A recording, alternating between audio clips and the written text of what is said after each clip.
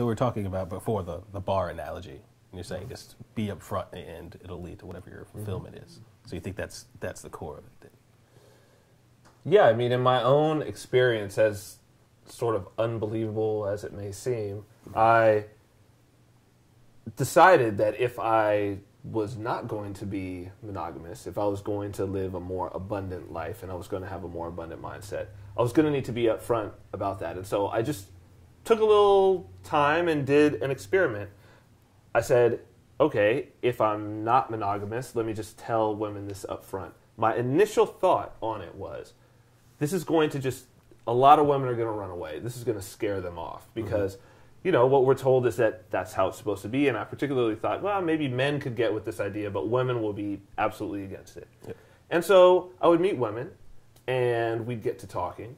And at some point in that first conversation, if it was appropriate, we'd get on to the topic of relationships, and I would let them know that in one way or another that I wasn't monogamous. Yeah.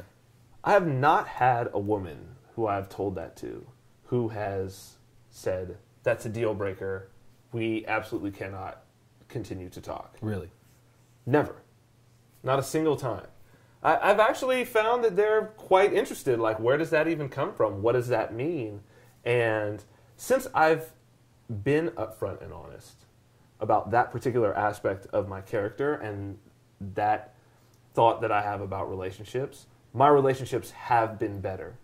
And, you know, the more I've expressed in relationships about what my desires were, and the more that I expressed about how I felt about certain aspects of relationships, without wanting them to be okay with it, but just saying, I want to express it, and if you're not okay, then this can be over. But, you know, if you are or are willing to go through, then we can, you know, walk further on in this relationship.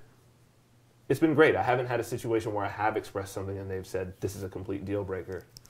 So, yeah, no, it's. I think it's very, very important.